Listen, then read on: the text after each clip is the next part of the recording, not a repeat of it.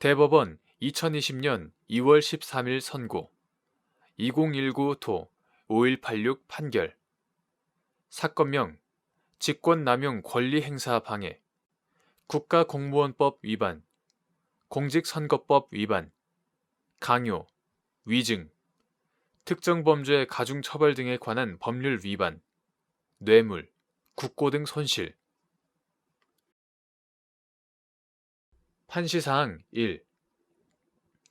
직권남용 권리행사 방해죄에서 말하는 직권남용의 의미 및 남용에 해당하는지 판단하는 기준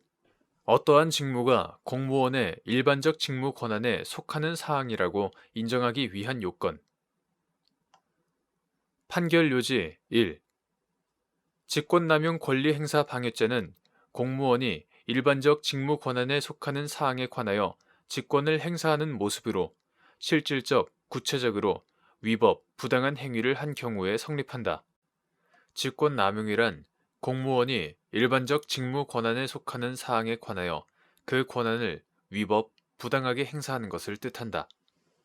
어떠한 직무가 공무원의 일반적 직무 권한에 속하는 사항이라고 하기 위해서는 그에 관한 법령상 근거가 필요하다. 법령상 근거는 반드시 명문의 규정만을 요구한 것이 아니라 명문의 규정이 없더라도 법령과 제도를 종합적, 실질적으로 살펴보아 그것이 해당 공무원의 직무 권한에 속한다고 해석되고 이것이 남용된 경우 상대방으로 하여금 사실상 의무 없는 일을 하게 하거나 권리를 방해하기에 충분한 것이라고 인정되는 경우에는 직권남용죄에서 말하는 일반적 직무 권한에 포함된다. 남용에 해당하는가를 판단하는 기준은 구체적인 공무원의 직무 행위가 본래 법령에서 그 직권을 부여한 목적에 따라 이루어졌는지, 직무 행위가 행해진 상황에서 볼 때 필요성, 상당성이 있는 행위인지, 직권 행사가 허용되는 법령상의 요건을 충족했는지 등을 종합하여 판단하여야 한다. 판시사항 2. 공무원이 한 행위가 직권남용에 해당한다는 이유만으로 상대방이 한 일이 의무 없는 일에 해당하는지 여부, 소극 및 의무 없는 일에 해당하는지 판단하는 기준. 직권남용 행위의 상대방이 일반 사인인 경우 상대방에게 어떠한 행위를 하게 하였다면 의무 없는 일을 하게 한 때에 해당할 수 있는지 여부, 원칙적 적극. 판결 요지 2. 공무원이 한 행위가 직권남용에 해당한다고 하여 그러한 이유만으로 상대방이 한 일이 의무 없는 일에 해당한다고 인정할 수는 없다. 의무 없는 일에 해당하는지는 직권을 남용하였는지와 별도로 상대방이 그러한 일을 할 법령상 의무가 있는지를 살펴 개별적으로 판단하여야 한다. 직권 남용 행위의 상대방이 일반 사인인 경우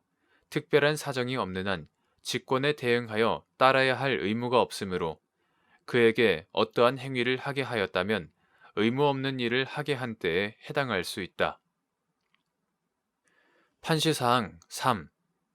직권남용 권리행사 방해죄는 공무원에게 직권이 존재하는 것을 전제로 하는 범죄인지 여부, 적극. 공무원이 퇴임 전에 범행을 공모하였으나 공직에서 퇴임한 경우 퇴임 후의 범행에 관하여 공범으로서 책임을 지는지 여부,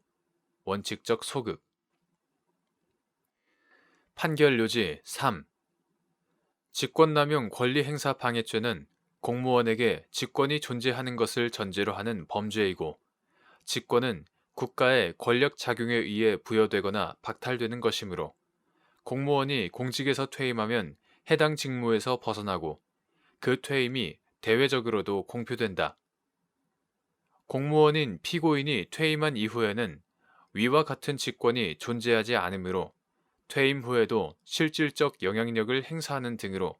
퇴임 전 공모한 범행에 관한 기능적 행위 지배가 계속되었다고 인정할 만한 특별한 사정이 없는 한 퇴임 후의 범행에 관하여는 공범으로서 책임을 지지 않는다고 보아야 한다. 판시사항 4. 강요죄에서 말하는 협박의 의미와 내용. 행위자가 직업이나 지위에 기초하여 상대방에게 어떠한 이익 등의 제공을 요구한 경우 그 요구 행위가 강요죄의 수단으로서 해악의 고지에 해당하는지 판단하는 기준. 공무원인 행위자가 상대방에게 어떠한 이익 등의 제공을 요구하였으나 위와 같은 해악의 고지로 인정될 수 없는 경우 강요죄가 성립하는지 여부. 소극.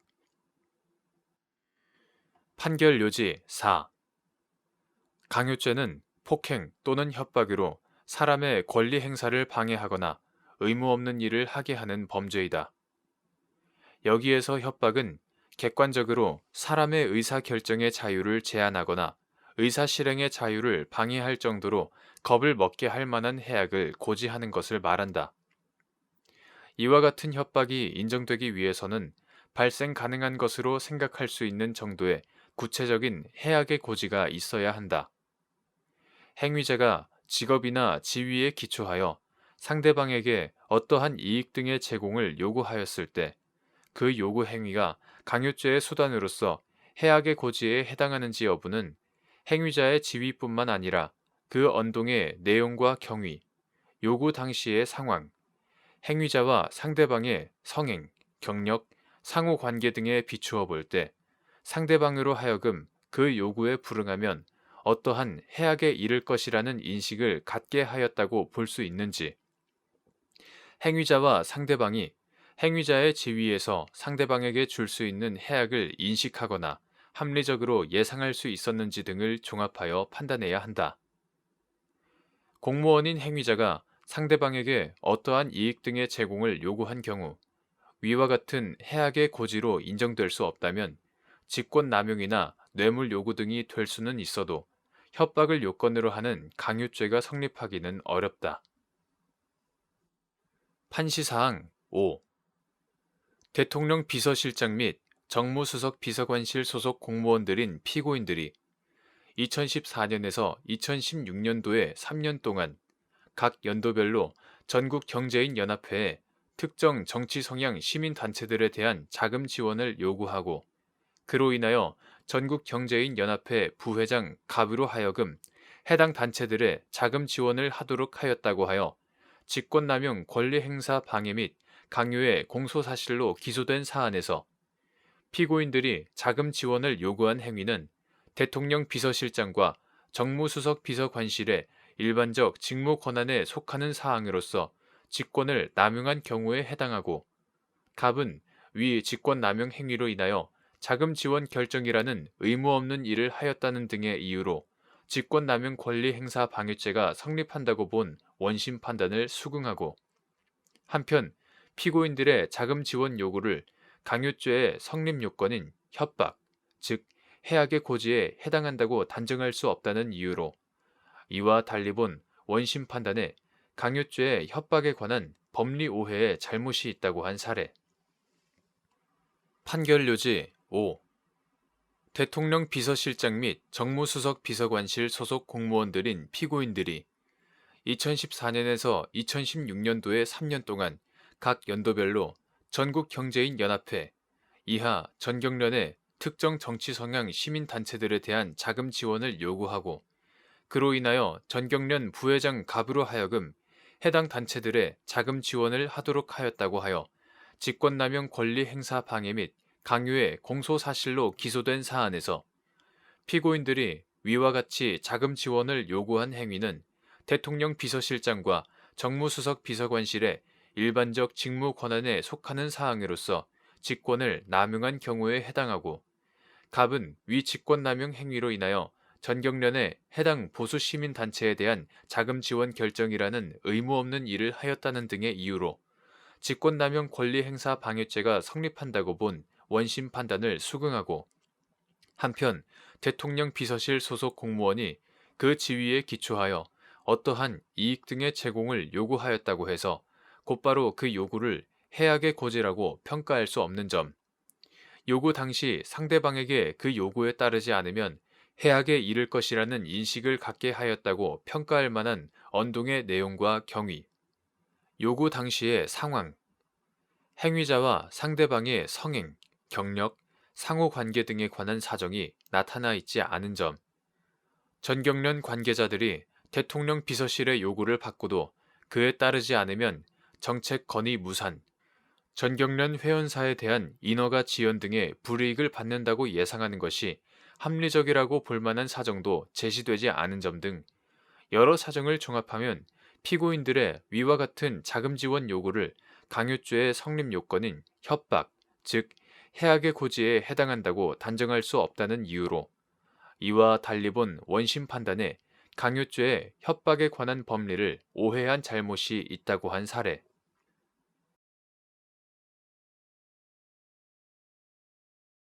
대법원 2020년 2월 13일 선고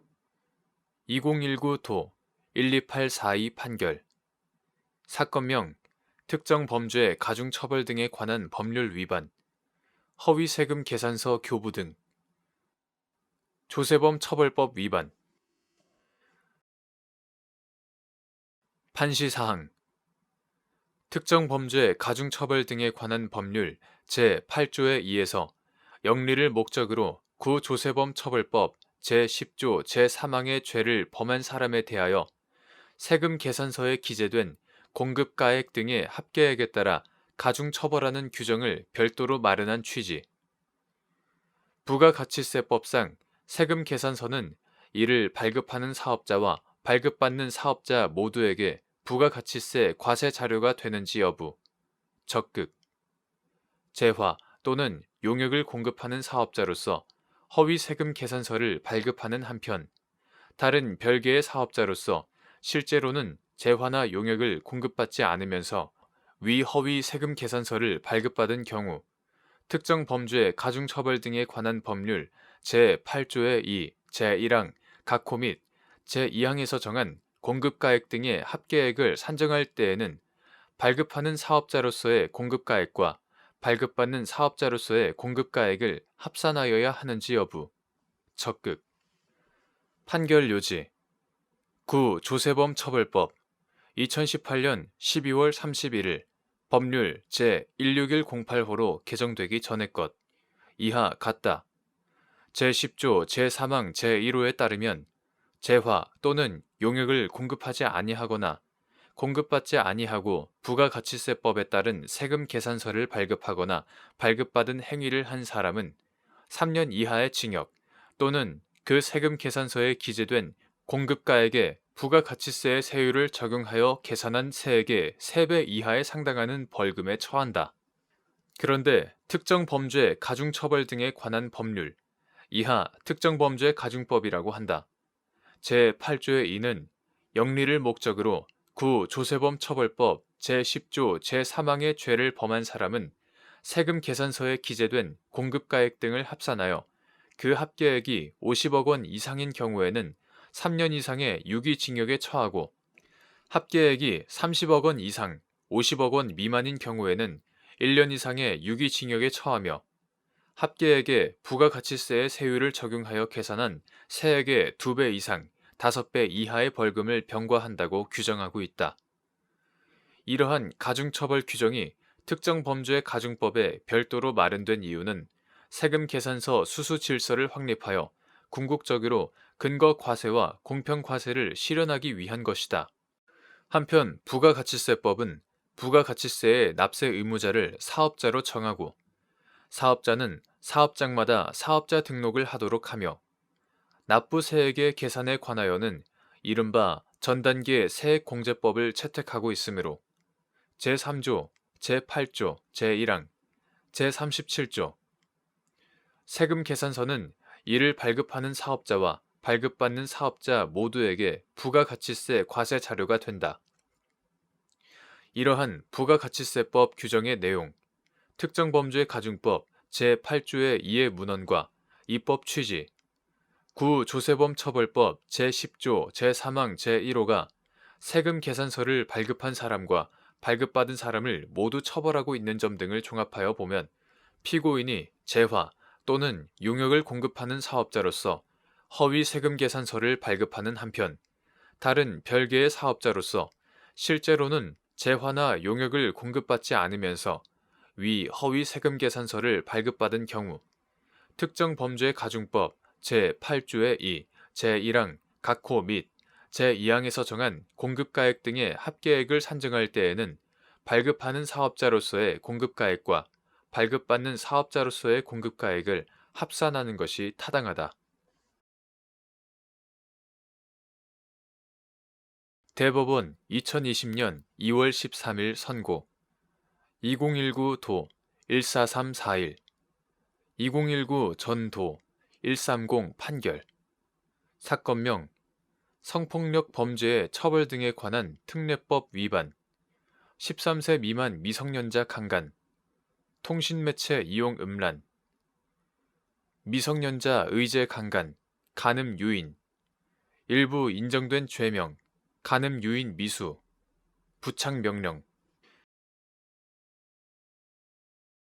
판시사항 1. 영장 발부의 사유로 된 범죄 혐의 사실과 무관한 별개의 증거를 압수한 경우 이를 유죄 인정의 증거로 사용할 수 있는지 여부 원칙적 소극 및 압수 수색의 목적이 된 범죄나 이와 관련된 범죄의 경우 그 압수 수색의 결과를 유죄의 증거로 사용할 수 있는지 여부 적극 압수 수색영장에 범죄 혐의 사실과 관계 있는 범죄라는 것의 의미 및 이때 혐의 사실과의 객관적 관련성이 인정되는 범위와 판단 기준 판결 요지 1. 형사소송법 제215조 제1항은 검사는 범죄 수사에 필요한 때에는 피의자가 죄를 범하였다고 의심할 만한 정황이 있고 해당 사건과 관계가 있다고 인정할 수 있는 것에 한정하여 지방법원 판사에게 청구하여 발부받은 영장에 의하여 압수, 수색 또는 검증을 할 수 있다라고 정하고 있다. 따라서 영장 발부의 사유로 된 범죄 혐의 사실과 무관한 별개의 증거를 압수하였을 경우 이는 원칙적으로 유죄 인정의 증거로 사용할 수 없다. 그러나 압수, 수색의 목적이 된 범죄나 이와 관련된 범죄의 경우에는 그 압수, 수색의 결과를 유죄의 증거로 사용할 수 있다. 압수, 수색영장의 범죄 혐의 사실과 관계 있는 범죄란 것은 압수, 수색영장에 기재한 혐의 사실과 객관적 관련성이 있고 압수, 수색영장 대상자와 피의자 사이에 인적 관련성이 있는 범죄를 의미한다. 그중 혐의 사실과의 객관적 관련성은 압수, 수색영장에 기재된 혐의 사실 자체 또는 그와 기본적 사실관계가 동일한 범행과 직접 관련되어 있는 경우는 물론 범행 동기와 경위, 범행 수단과 방법, 범행 시간과 장소 등을 증명하기 위한 간접 증거나 정황 증거 등으로 사용될 수 있는 경우에도 인정될 수 있다. 이러한 객관적 관련성은 압수, 수색영장에 기재된 혐의 사실의 내용과 수사의 대상, 수사 경위 등을 종합하여 구체적, 개별적 연관 관계가 있는 경우에만 인정된다고 보아야 하고 혐의 사실과 단순히 동종 또는 유사 범행이라는 사유만으로 객관적 관련성이 있다고 할 것은 아니다. 판시사항 2. 피고인이 2018년 5월 6일경 피해자 갑, 여, 10세에 대하여 저지른 간음 유인 미수 및 성폭력 범죄의 처벌 등에 관한 특례법 위반, 통신매체 이용 음란 범행과 관련하여 수사기관이 피고인 소유의 휴대전화를 압수하였는데 위 휴대전화에 대한 디지털 정보 분석 결과 피고인이 2017년 12월경부터 2018년 4월경까지 사이에 저지른 피해자 을, 여 12세, 병, 여 10세, 정, 여 9세에 대한 간음 유인 및 간음 유인 미수, 미성년자 의제 강간, 성폭력 범죄의 처벌 등에 관한 특례법 위반, 13세 미만 미성년자 강간, 성폭력 범죄의 처벌 등에 관한 특례법 위반, 통신매체 이용 음란 등 범행에 관한 추가 자료들이 획득되어 그 증거 능력이 문제된 사안에서 추가 자료들로 인하여 밝혀진 피고인의 을, 병, 정에 대한 범행은 압수, 수색영장의 범죄 사실과 단순히 동종 또는 유사 범행인 것을 넘어서서 구체적, 개별적 연관 관계가 있는 경우로서 객관적, 인적 관련성을 모두 갖추었다고 한 사례. 판결 요지 2. 피고인이 2018년 5월 6일경 피해자 갑, 여, 10세에 대하여 저지른 간음 유인 미수 및 성폭력 범죄의 처벌 등에 관한 특례법,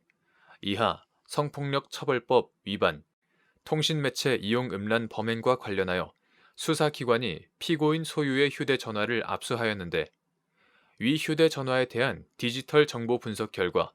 피고인이 2017년 12월경부터 2018년 4월경까지 사이에 저지른 피해자 을, 여 12세, 병, 여 10세, 정, 여 9세에 대한 간음 유인 및 간음 유인 미수, 미성년자 의제 강간, 성폭력 처벌법 위반, 13세 미만 미성년자 강간, 성폭력 처벌법 위반, 통신매체 이용 음란 등 범행에 관한 추가 자료들이 획득되어 그 증거 능력이 문제된 사안에서 위 휴대전화는 피고인이 긴급 체포되는 현장에서 적법하게 압수되었고 형사소송법 제217조 제2항에 의해 발부된 법원의 사후 압수, 수색, 검증영장, 이하 압수, 수색영장이라고 한다. 압수, 수색영장에 기하여 압수 상태가 계속 유지되었으며 압수수색영장에는 범죄 사실란에 갑에 대한 간음 유인 미수 및 통신매체 이용 음란의 전만이 명시되었으나 법원은 계속 압수, 수색, 검증이 필요한 사유로서 영장 범죄 사실에 관한 혐의의 상당성 외에도 추가 여죄 수사의 필요성을 포함시킨 점, 압수, 수색영장에 기재된 혐의 사실은 미성년자인 갑에 대하여 간음 행위를 하기 위한 중간 과정 내지 그 수단으로 평가되는 행위에 관한 것이고 나아가 피고인은 형법 제305조의 2등에 따라 상습범으로 처벌될 가능성이 완전히 배제되지 아니한 상태였으므로 추가 자료들로 밝혀지게 된 을, 병, 정에 대한 범행은 압수, 수색영장에 기재된 혐의 사실과 기본적 사실관계가 동일한 범행에 직접 관련되어 있는 경우라고 볼 수 있으며 실제로 2017년 12월경부터 2018년 4월경까지 사이에 저질러진 추가 범행들은 압수 수색영장에 기재된 혐의 사실의 일시인 2018년 5월 7일과 시간적으로 근접할 뿐만 아니라 피고인이 자신의 성적 욕망을 해소하기 위하여 미성년자인 피해자들을 대상으로 저지른 일련의 성범죄로서 범행 동기, 범행 대상, 범행의 수단과 방법이 공통되는 점, 추가 자료들은 압수, 수색영장의 범죄 사실 중 간음 유인죄의 간음할 목적이나 성폭력 처벌법 위반,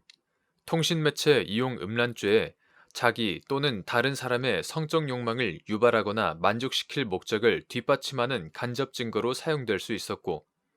피고인이 영장 범죄 사실과 같은 범행을 저지른 수법 및 준비 과정, 계획 등에 관한 정황 증거에 해당할 뿐 아니라 영장 범죄 사실 자체에 대한 피고인 진술의 신빙성을 판단할 수 있는 자료로도 사용될 수 있었던 점 등을 종합하면 추가 자료들로 인하여 밝혀진 피고인 을, 병, 정에 대한 범행은 압수, 수색영장의 범죄 사실과 단순히 동종 또는 유사 범행인 것을 넘어서서 이와 구체적, 개별적 연관 관계가 있는 경우로서 객관적, 인적 관련성을 모두 갖추었다는 이유로 같은 취지에서 추가 자료들은 위법하게 수집된 증거에 해당하지 않으므로 압수 수색영장의 범죄 사실뿐 아니라 추가 범행들에 관한 증거로 사용할 수 있다고 본 원심 판단이 정당하다고 한 사례.